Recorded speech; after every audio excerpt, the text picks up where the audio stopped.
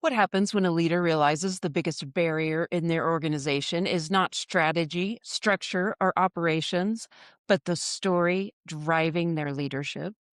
I'm Paige Williams, transformational guide, executive coach, and author of the 12 Creative Keys. Be sure to subscribe to this channel so that you get updates. Let YouTube know that you care about creative leadership conversations like this one.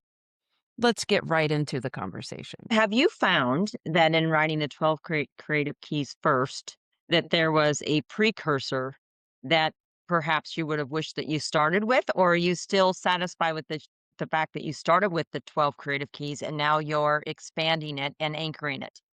It's such a good question. And I didn't know what I didn't know. And part of just beginning in creativity is saying yes before you know the path.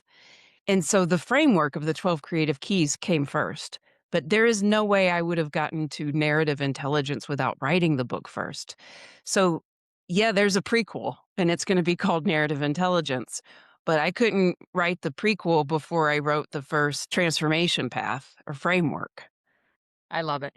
But I I do love it. feel like the first book is Narrative Intelligence, if you were reading them in order, Yeah, that's what it sounds like to me. Yep. but I didn't know, and I would never would Well, have it's come very, to it without the framework first of the transformation path. I mean, the reality of it is our P5 capacity model and the framework that we created with that was the precursor to a lot of the work that we do. But then now that we've done a lot of the work, we've learned that it is the framework, but the precursor is actually that understanding that organizations and operational connection and alignment has to occur and it has to start with the humans first. That, just as you said, you cannot use strategy to work your way out of human misalignment. Yeah, yeah. I think what we've learned and what I've learned is that every situation and every environment and every interaction has common connectors. And if you can focus on what those common connectors are, that allows the framework of P5 to hold strong inside of an organization. So every organization has what it needs to hold the framework of P5 core ops. Not every organization has the operational capacity, the human capacity, the resource capacity, the intellectual capacity to hold that frame. So, what we learned is you can't do one without the other, and you have to almost work on both of them simultaneously. And to your point, leadership makes a tremendous difference in the work that we both do because if leadership is not in a good place or in firm understanding as far as where they're at, and their commitment to alignment, their commitment to their organization, then it makes it very difficult for anyone else in the organization to fall into line with that, and the culture will automatically start to fracture.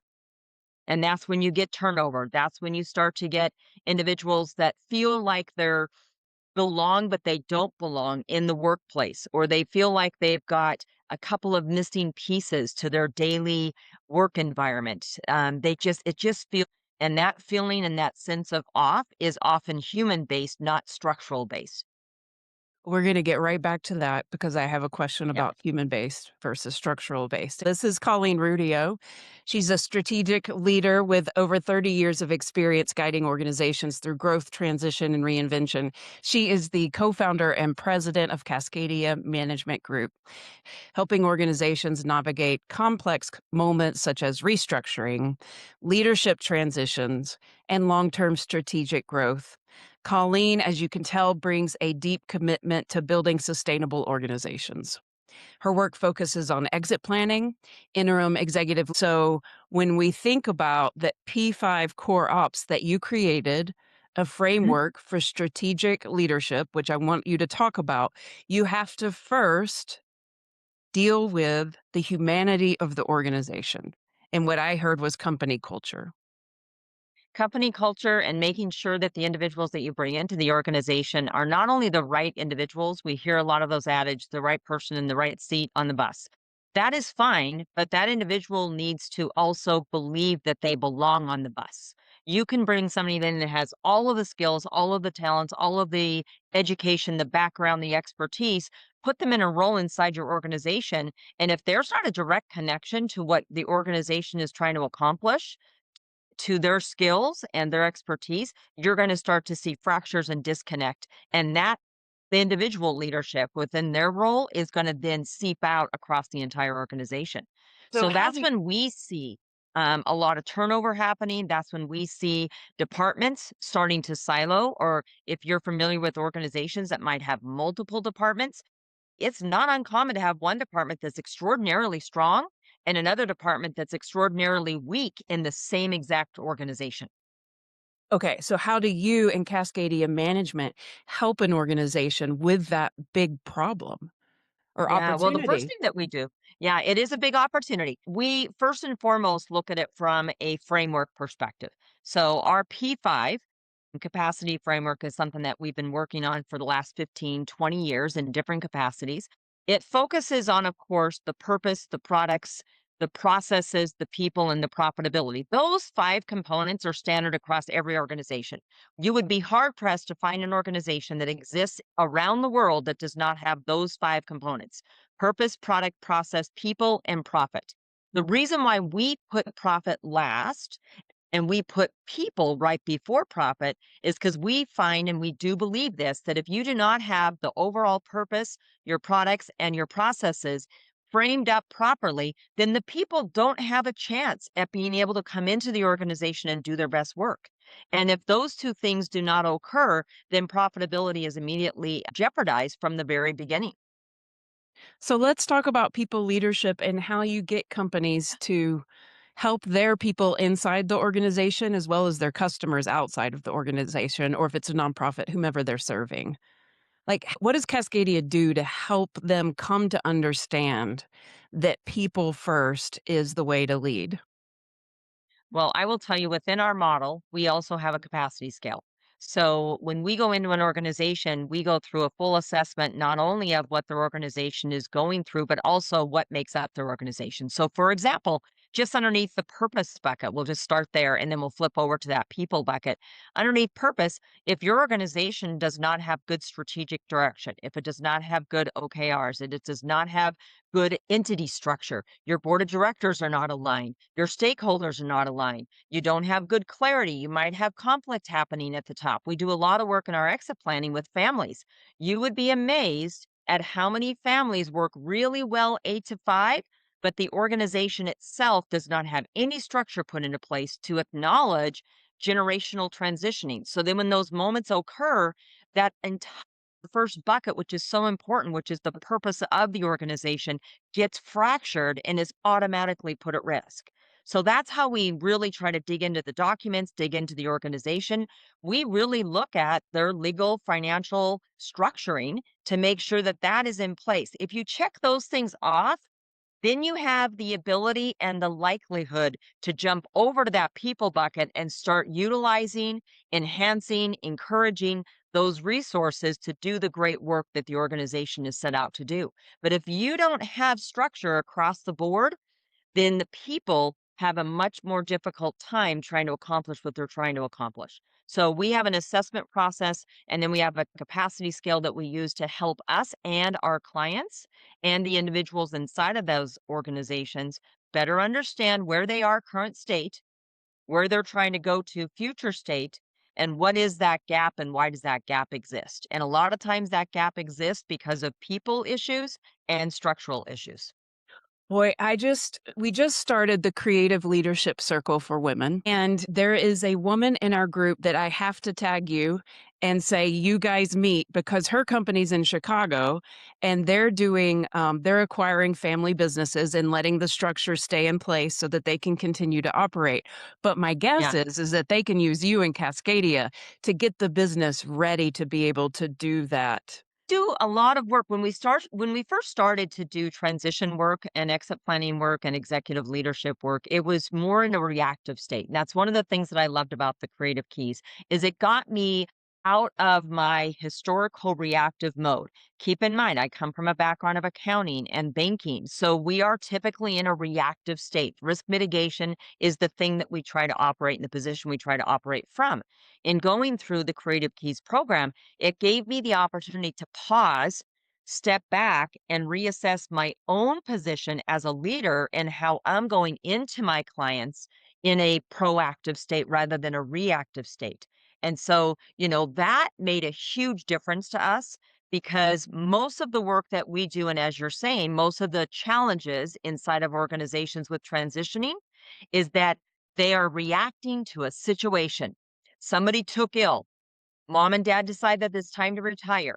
Junior decides that they want to take more responsibility. An organization's industry shifts. Some leadership or the board decides that leadership is no longer serving their purpose. So there's a lot of reasons why we would commonly get brought into organizations, but most of them have been historically reactive.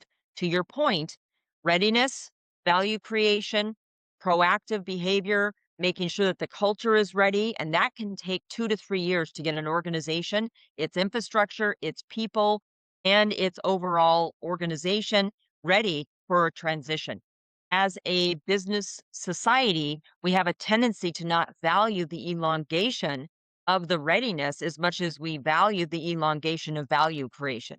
So, if we can flip that around and actually help organizations, their leaders and their teams, and both internally and externally, to your point earlier, then that value creation becomes a part of focus. The main focus is creating that value. And that really comes from a lot of lean process improvement.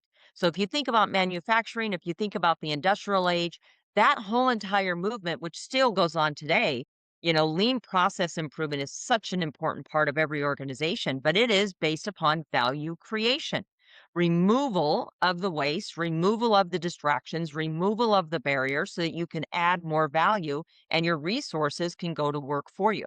People are the biggest resource that every organization has in their possession. Put your time into people. Put your time into people on top of having good structure. Because if you put good people on top of bad strategy and bad structure, you're going to do what we have as one of our rules inside of Cascadia. You're going to harm the human. And one of our main rules is to not harm the humans. And the way that you accomplish that is making sure that you've got clarity, you've got definition, you've got good job descriptions, you've got good direction for their departments. When you see a fracture occurring, you don't shuffle it under the rug. So now, what does that mean for the leader? The leader has to be astutely aware and able to recognize the signals when something is not working the way that it should be working inside their organization. And if it's a larger organization, that leader has to have that as a priority for those people that are leading those divisions. So just because you are a small organization, or if you are a very large organization, doesn't take away the responsibility of leadership to be aware, willing, and courageous using some of the creative keys to actually start making movement across the organization stick. And it sticks when you have good people on top of good structure. They go side by side. The creative keys really reinforce the value and the need to slow things down so that you can identify when you are in a state of unwillingness or when you're in a state of resistance, so that you can slow that process down and start to identify where willingness needs to occur. Really leveraging that key number one was an important step for me. The other one that was really important for me is that surrendering Mm. process. So we have a tendency, especially as we mature in our professional careers, we have a tendency to just allow things to be the way that it's always been, or we have a tendency to rush through things because we think we already know the answer. So surrendering that position of control and allowing myself to just be aware and to be present and to go through the program, which you led so beautifully, to just go through the program and not try to anticipate what the outcome is. Because in my work, I have to anticipate the outcomes all the time. So the creative keys for me was my moment in my career and my time to not anticipate, but to have curiosity, to listen, to give myself the freedom to rethink things that I truly believe were just part of my fabric and my makeup. And then how did that then translate into my leadership for my team? That calmness started to show up at work. My team has absolutely seen that difference inside of our organization. And we had the pleasure of creating a 5-year growth plan for the organization. We did that with calmness and clarity. And we surrendered services and programs and products that we know we've done in the past, but I wasn't willing to surrender them because I had that control factor going. So, what is serving our purpose today versus what was serving our purpose in the past? And how do we surrender that without feeling like we're chopping off one of our arms because we created something that was really meaningful back then?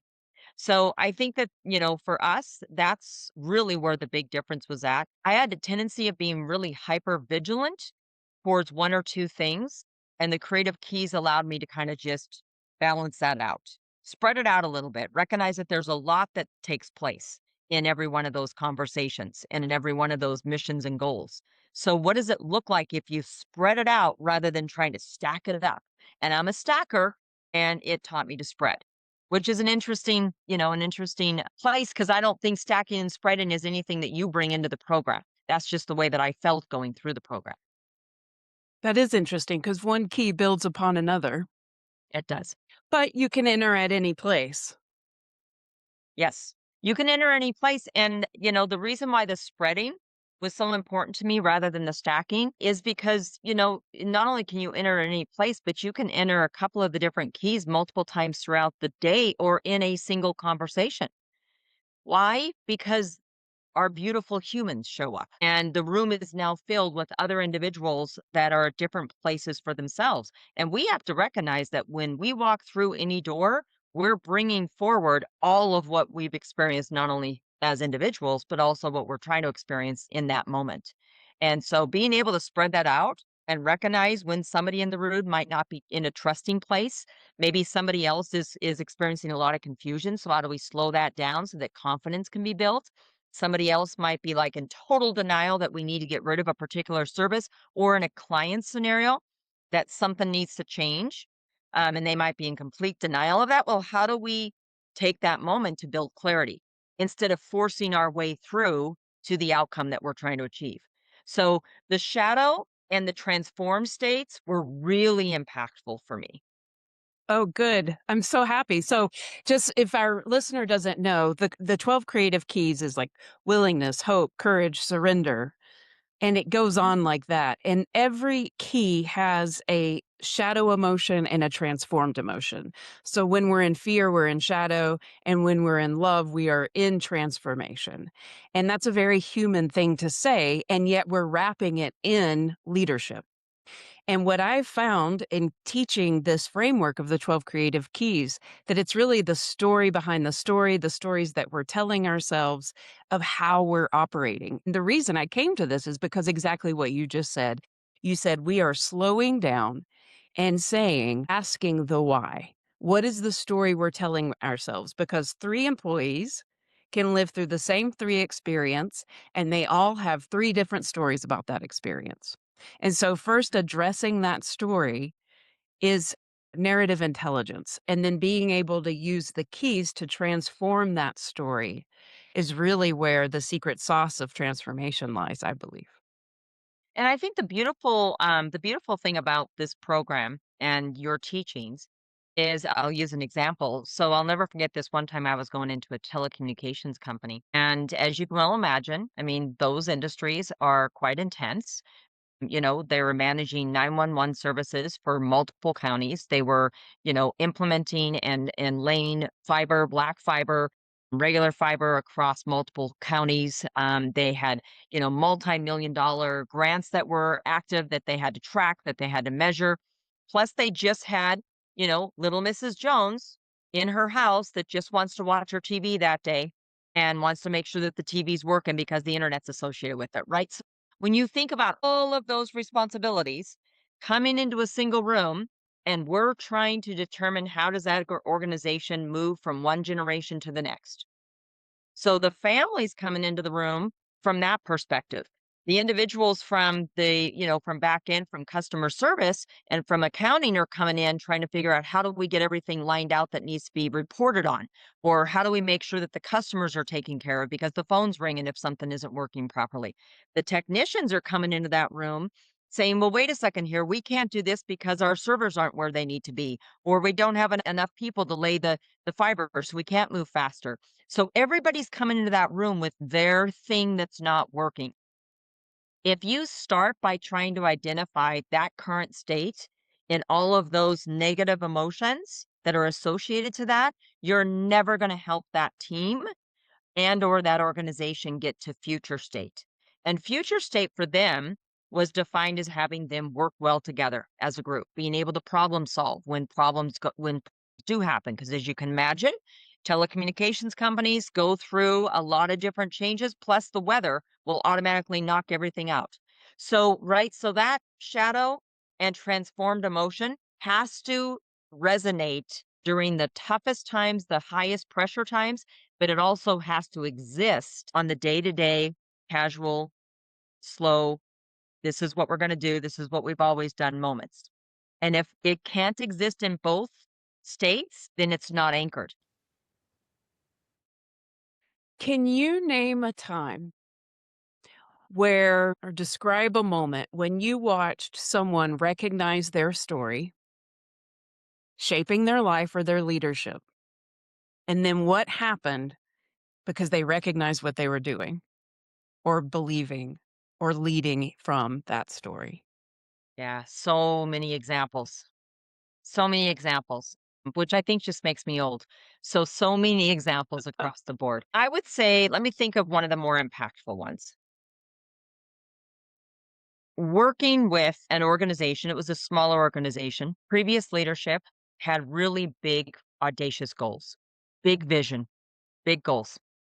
Wanted to see a capital campaign, so nonprofit organization, wanting to see a capital campaign really just drive and succeed when the organization wasn't ready to launch a capital campaign, let alone bring in someone that needed to run that capital campaign from start to finish. So, right, so we've got vision, we've got we've got a leader that's operating from the position of having these big, audacious goals. Everything's going to be fine. We need to go ahead and do this, and we can create it, and everything's going to work because I say it's going to work.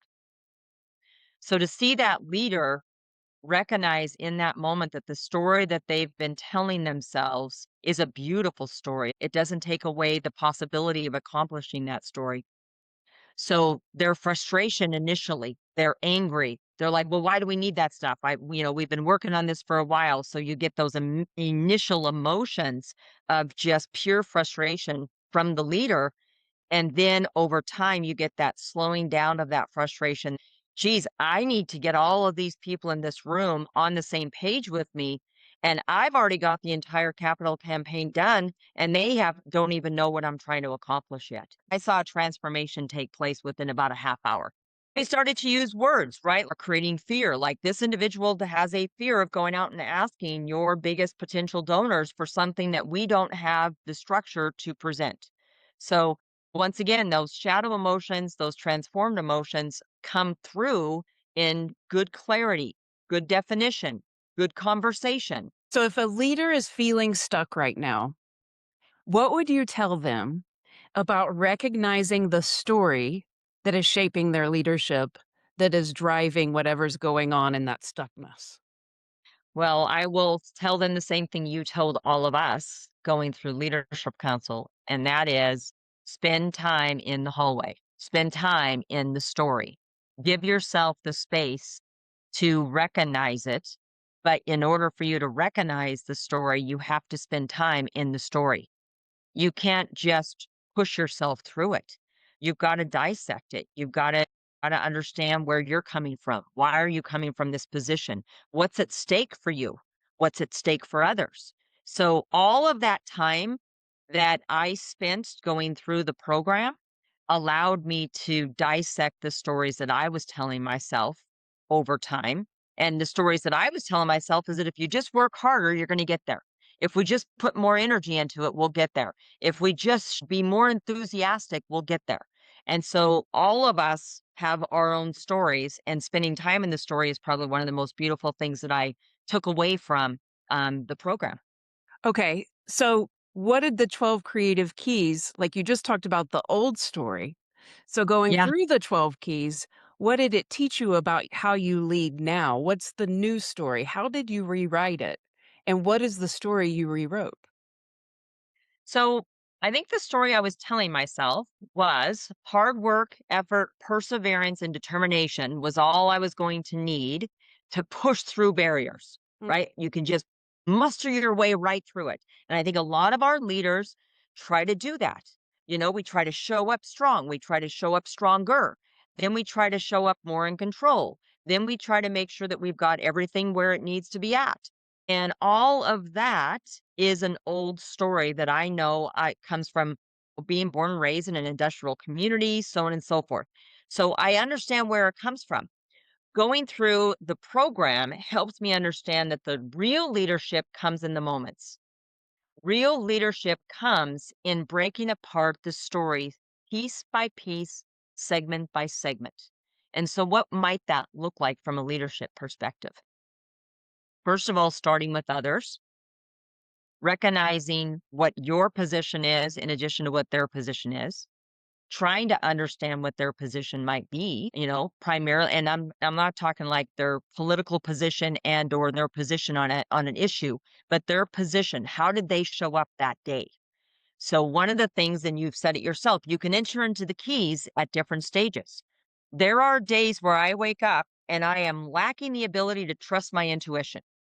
If I can recognize that as a leader before I go into conversations and before I go into my interactions and my meetings, if I know that that's something that is not solid for me on that day, for whatever reason, then I know that I need to take more time to get ready for those meetings because they need me to enter into those rooms with confidence, not confusion.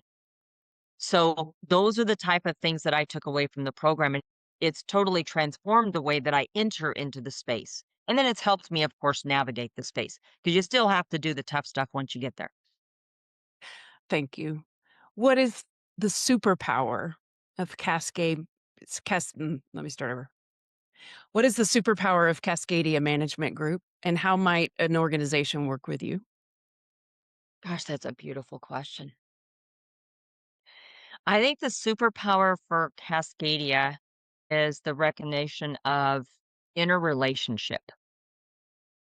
We have an ability to truly recognize the interrelationships, not only between the people, because that's what we've been talking a lot about, but between the structures, between the departments. It can go all the way down between the transactions. So we have a team that can seriously look at a set of transactions and determine the interrelationship between those transactions and what the organization's trying to accomplish, or those transactions and a behavior pattern of sloppiness, if you want to refer to it as that, or of hypervigilance, if that's there.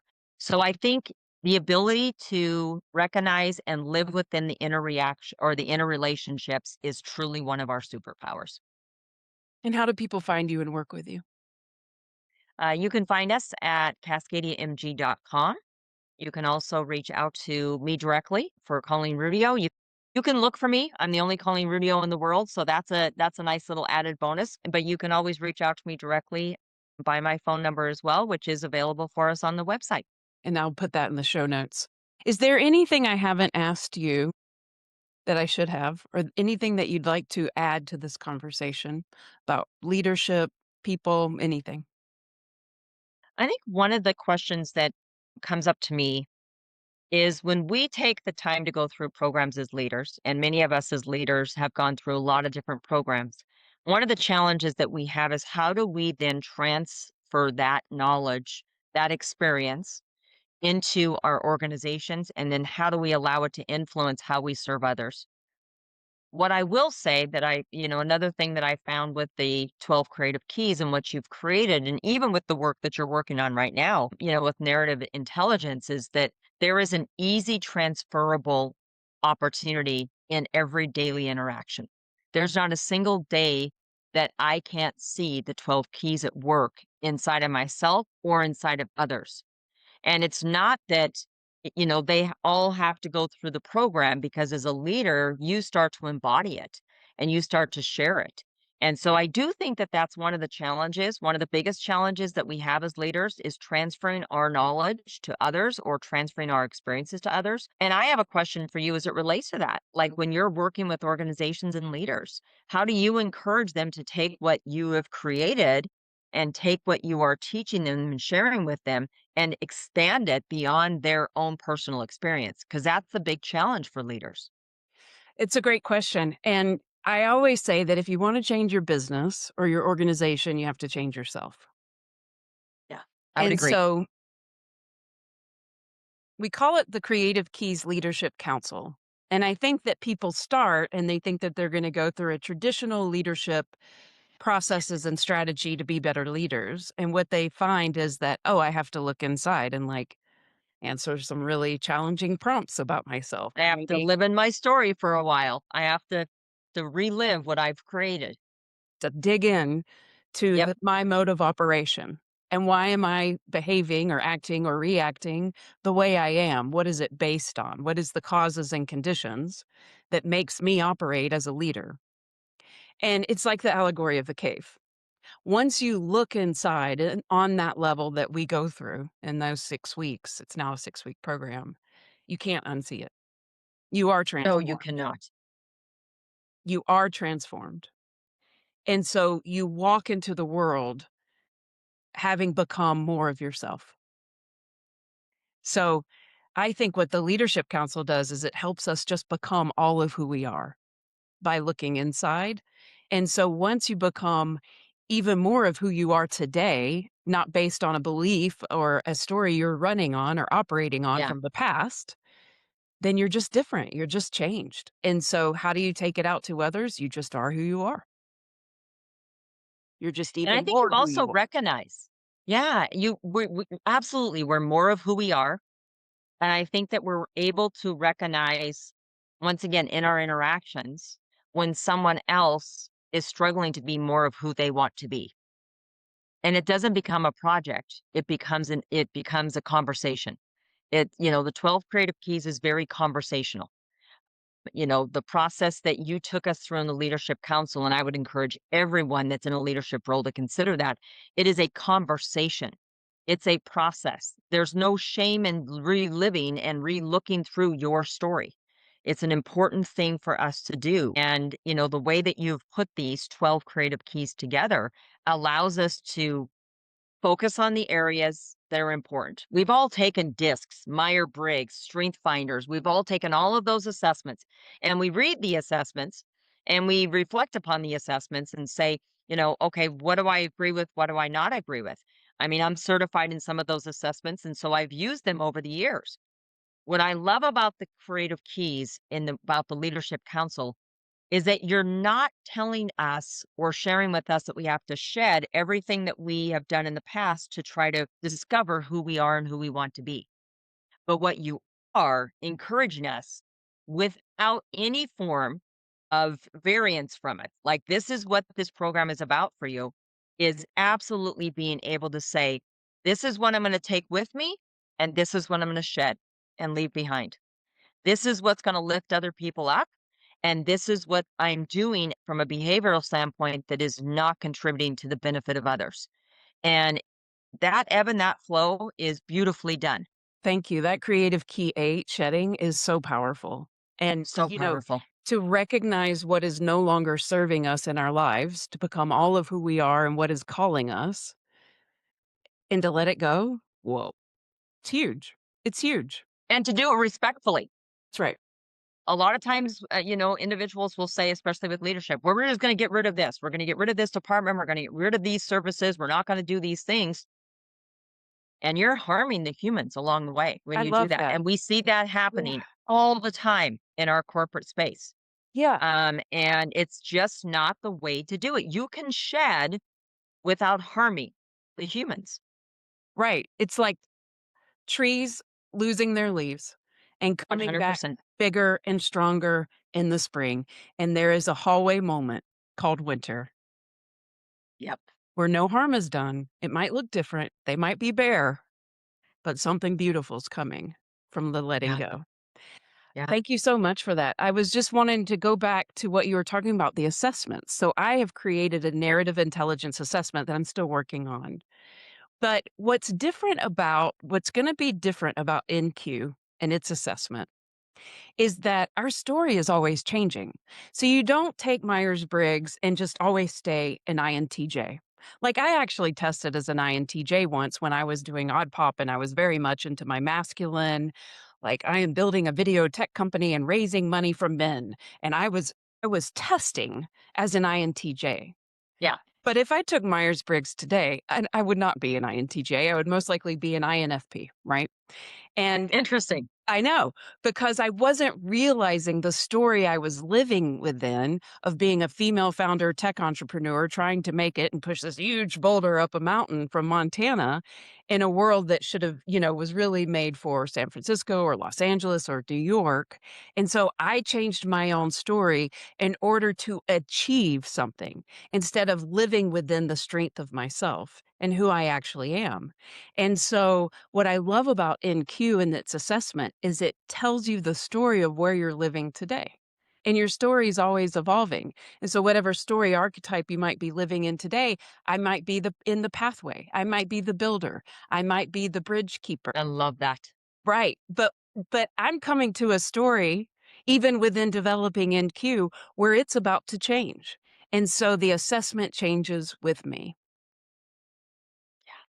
Well, and it has to, right? I mean, I've tested out as an INTJ as well. I usually keep the NTJ, which is wonderful that we have that in common. I usually keep the NTJ and usually my I or my E flops. Why does my I and my E flop? Well, because it depends upon where I'm at, what stage I'm at. Well, am I doing projects that are very external facing? Am I doing projects that are very internal facing? Am I burnt out? And I wanted to just go into a cave and just read books for a while. So I do think that the stories that we're telling ourselves are a reflection of our time and where we're at in our journey. And if you don't have the ability as a leader to recognize that as a first step, then how do you show up for others?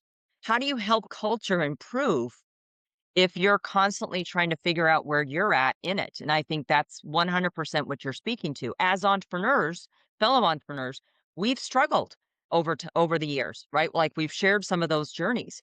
And if you don't know how you're showing up, then your culture and your organization and everybody that you're trying to impact as a result of that culture and that organization and the vision that you have is going to get less of you. And as a result, they're going to be less of themselves. If we don't show up as leaders, others can't show up as active, strong participants in whatever it is that we're asking them to be involved in or inviting them to be involved in.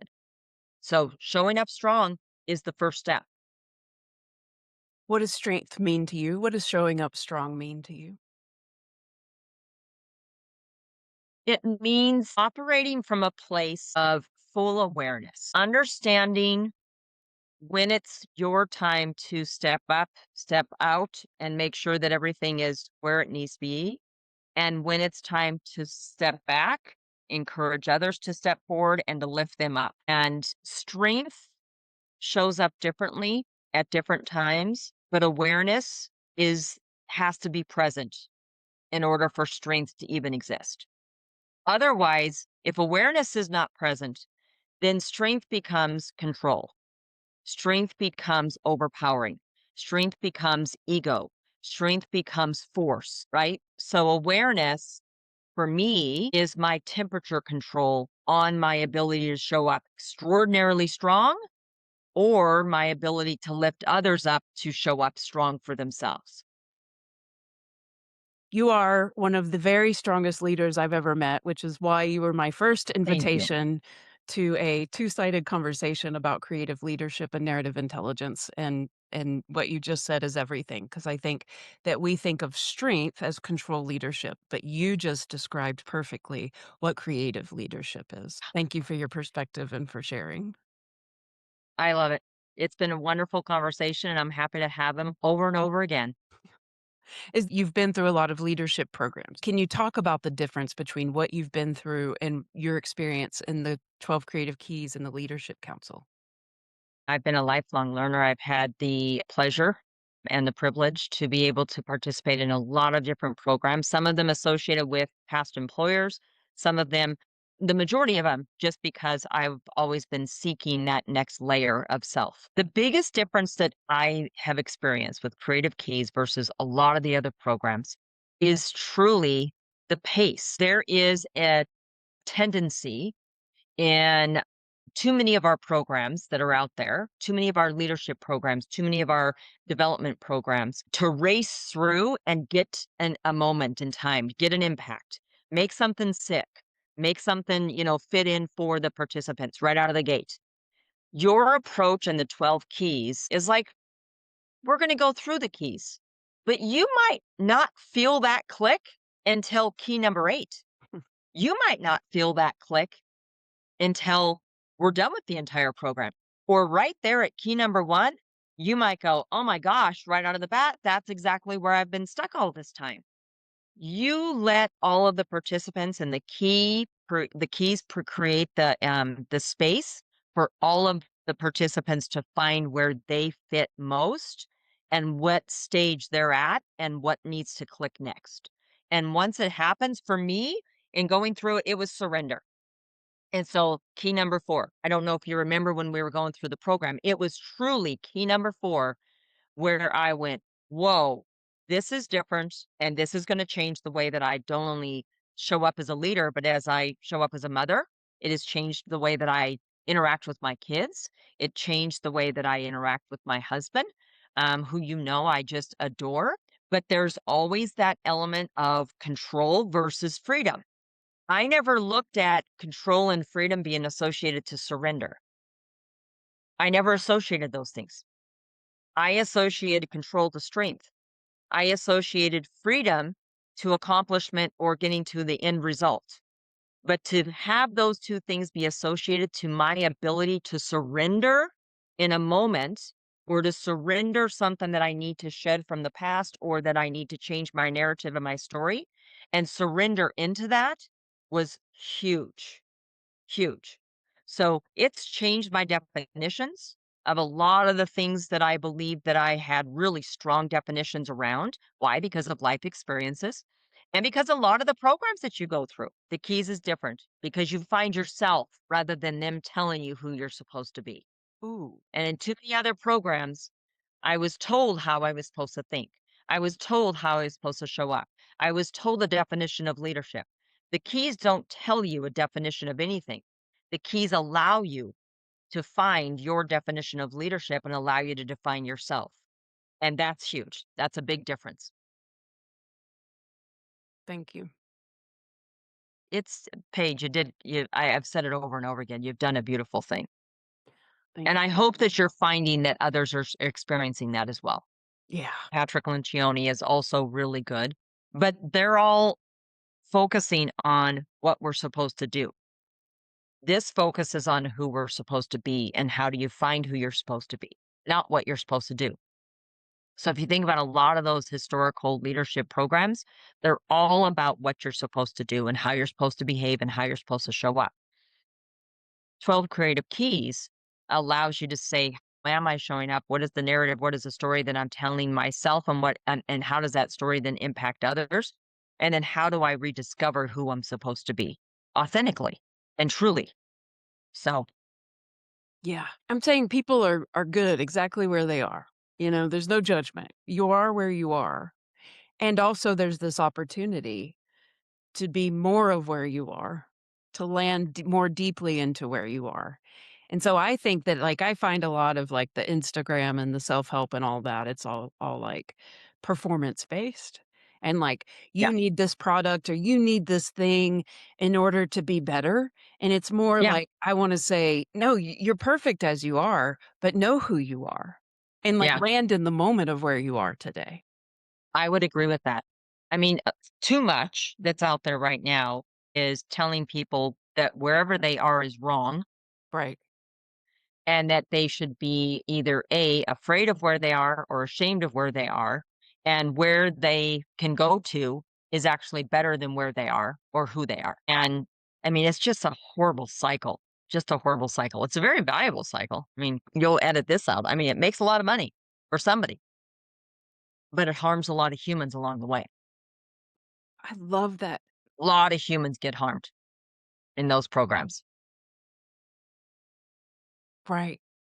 I love Yep, that yep, that's yep. one of your focuses, that It harm the is. human. Do not harm the human.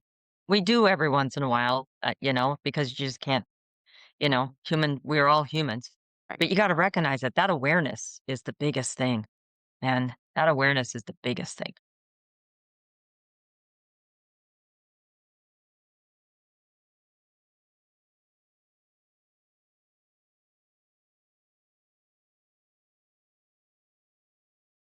Thank you to Colleen for this wonderful conversation. If this resonated with you, it is probably connected to a story that is shaping the way you lead. That is the work of narrative intelligence. Be sure to subscribe to my channel so that you get updates on every single episode, and comment what stood out to you about the story behind the story, and what is narrative intelligence teaching you about the story shaping your leadership. If you want to explore these ideas with other thoughtful women navigating leadership and transition, you can join my free Creative Leadership Circle. The link is below in the comments. And if you are navigating a major leadership decision right now, you can apply for a clarity session in my Stand store. Thank you for being here. This is The Keys with Paige Williams. You can call or text the show at 1-801 the key.